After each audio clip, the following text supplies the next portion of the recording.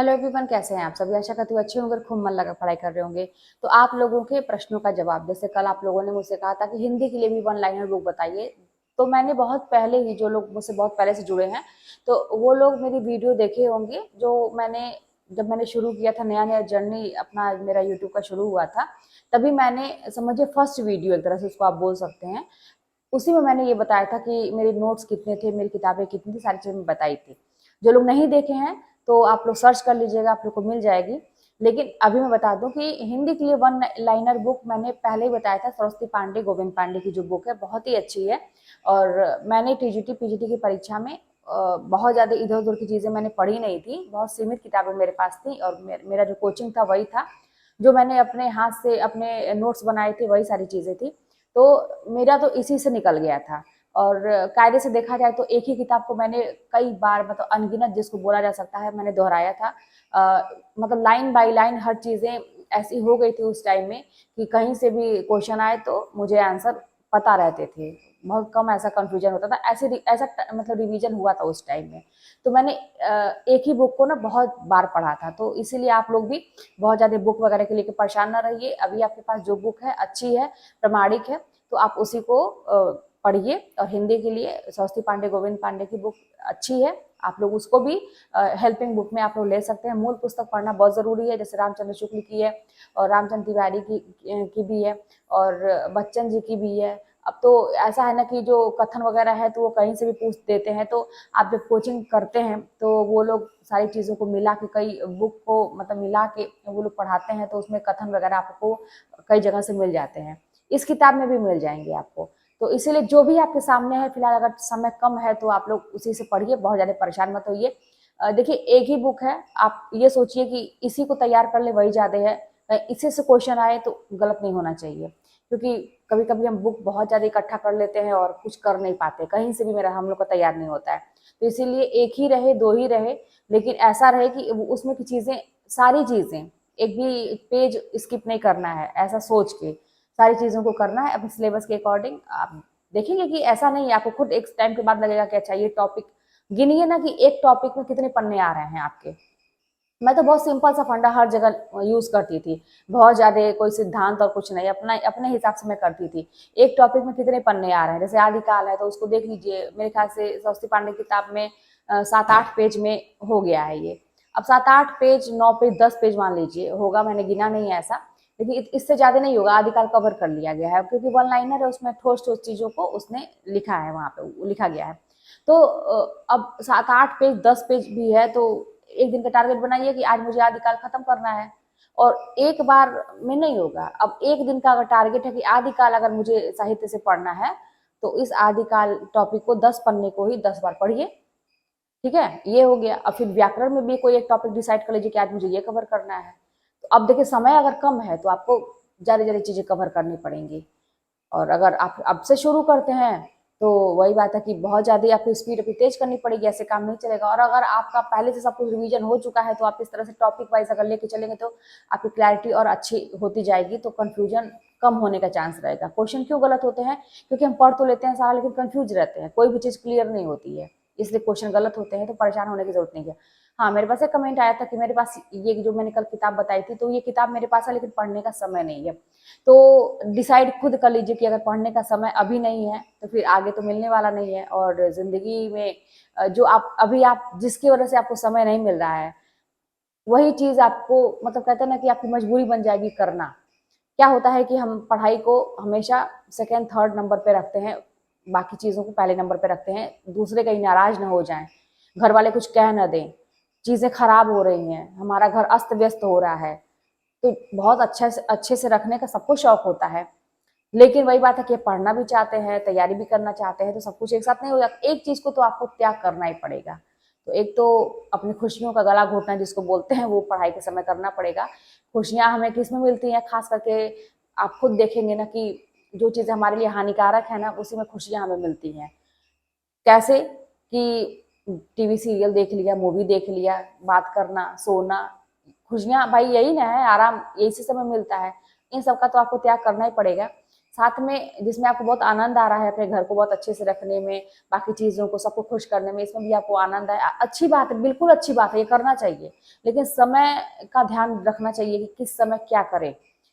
अगर आप बहुत शार्प माइंडेड नहीं है तो आपको बहुत मेहनत करने की ज़रूरत है। जैसे कि मैं थी, मेरा दिमाग, मैं ये नहीं कहूँगी कि मेरा दिमाग, मैं हर चीज़, आप जानते हैं ना कि मुझे हर चीज़ करने का शौक है, मैं करती भी हूँ, लेकिन भूलने की जो आदत है ना, अब भगवान ने मुझे ऐसा इसलिए बनाया, मैं इसका भी ये समझती हूँ ना कि क्यों बनाया, अब मुझे समझ में आता है।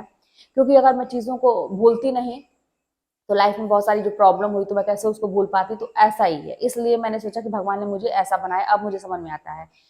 लेकिन ये कहीं कहीं अच्छा है, कहीं कहीं खराब है। अब मुझे पढ़ाई भी हमेशा भूलती है, कोई भी चीज़ भूल जाती है, तो उसके लिए मुझे तो बहुत मेहनत करना पड़ा था। इसलिए मैंने सारी चीज़ों को ट्रिक्स के माध्यम से, एक स्टोरी के माध्यम से, अपनी कल्पना, मेरी मेरी कल्पना शक्ति बहुत तेज है।